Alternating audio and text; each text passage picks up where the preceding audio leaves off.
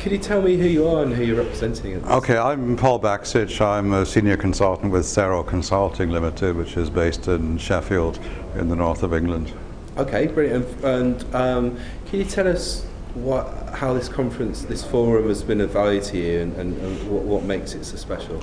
Well, it's early days. It is only the middle of the first day, but already I found it very useful, not just running the workshop I've just run, but also, as my colleague said, going to one of the earlier workshops, which perhaps, in an online world I wouldn't have bothered looking into, but once I got inside, turned out to be very interesting and relevant. Brilliant. And can you give me a brief summary of, just in a nutshell, what your workshop was about? My workshop was about impact measures for e-learning, particularly looking at schools, at universities and colleges. And we had people split into groups, and each chose a particular topic and worked that up into a series of what are called criterion statements, trying to capture the essence of the topic. We're really trying to answer some of these fundamental questions like, does e-learning save money?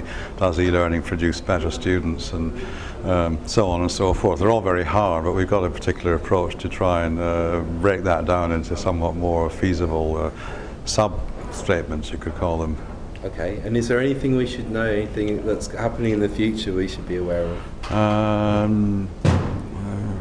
Not sure. There's always things happening in the future. I mean, a lot of the work we do for agencies tends to be confidential till it's revealed. So I'm not sure I can add much to. Oh yes, I think one thing on one of my projects, there will be a very large wiki released to the public in the summer, and in fact within about a month we'll be piloting that with a number of advisors across the UK and beyond. And that's a wiki on what are called virtual campuses in e-learning, and I think people will find that very interesting, with a lot of research that's been done there to understand what are called the critical success factors for major e-learning initiatives.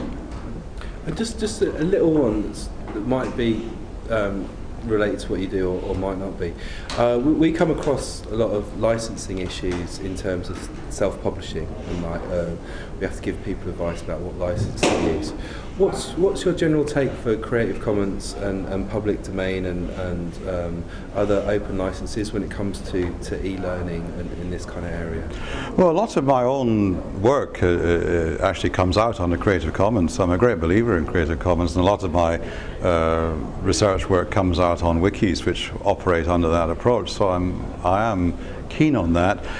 It all depends on the contract. Some of the people I work for don't see the world in quite the same way. But I'm increasingly active in what's called the Open Educational Resources movement, to try and encourage universities to put more and more of the material onto some kind of system. And sorry, I'm frogging myself. Sorry about that. Yeah. Where was I? Yeah, so I believe in Creative Commons, but I've also done some studies for HEFCE, the Funding Council, on IPR, and realised the world isn't quite yet as we want it to be. And I think there's a lot of work still to be done on the final stages of what's called the Gowers Review of intellectual property, where I'm involved via our professional association in commenting on a late draft of that report. All right. When's that due to come out? I'm not too sure of the timescales, but I presume we have to comment fairly quickly, so I presume that it's probably coming out in the summer, but I don't have that knowledge in my head. Okay, well thanks very much for your time. Okay, thank you. Thank you.